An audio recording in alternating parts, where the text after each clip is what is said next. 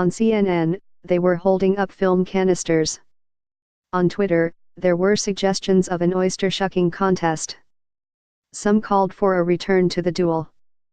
Much of Virginia and the political world was fascinated Thursday by the tied vote in a key House of Delegates race that will determine which party controls the chamber and how to break it. State law that is rarely invoked requires tied elections to be settled by lot. More specifically, members of the state election board will gather in Richmond on Wednesday at 11 a.m. to randomly pick either Republican incumbent David Yancey or Democratic challenger Shelley Simons in the tied race for the 94th House District.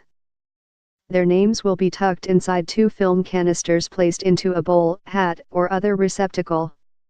This will be one of the most watched lot draws in American history, CNN reporter Ryan Nobles said Thursday as he held up a film canister and passed it to host Wolf Blitzer, who added that there were national implications to the exercise. If not national implications, certainly statewide, as the result will reshuffle the political landscape in Richmond. Yancey emerged from Election Day with a 10-vote victory margin over Simons. A recount on Tuesday allowed Simons to pull ahead by a single vote. But a 3-judge panel on Wednesday decided that one ballot that wasn't tallied during the recount should count for Yancey, tying the race at 11,608 votes apiece. Control of Virginia's legislature hung in limbo Wednesday after a 3-judge panel declined to certify the recount of a key House race, saying that a questionable ballot should be counted in favor of the Republican and tying a race that Democrats thought they had won by a single vote. The court. Control of Virginia's legislature hung in limbo Wednesday after a 3-judge panel declined to certify the recount of a key House race, saying that a questionable ballot should be counted in favor of the Republican and tying a race that Democrats thought they had won by a single vote. The court. Currently, Republicans control 50 seats while Democrats hold 49 in the lower chamber.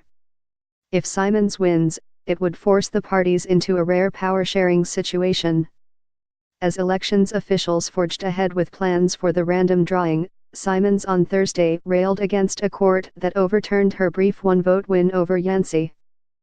"I think the court made a really bad call and I want to make sure it gets attention," she said by phone after a gauntlet of TV interviews.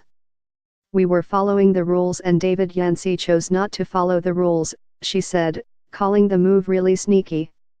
Simons said she's considering her legal options, including an appeal to the state Supreme Court. Parker Slabaugh, a spokesman for House Majority Leader Kirk Cox, R. Colonial Heights, who becomes Speaker if Republicans maintain control of the chamber, responded to a request for comment from Yancey. "We appreciate the time the judges gave to this matter and respect their decision in this case," Slabaugh said.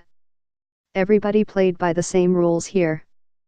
The last, and perhaps only, time that the state settled a tied election by lot was in 1971, when candidates for a House seat in Fairfax, Republican William Moss and Democrat Jim Birch, each received 16,410 votes.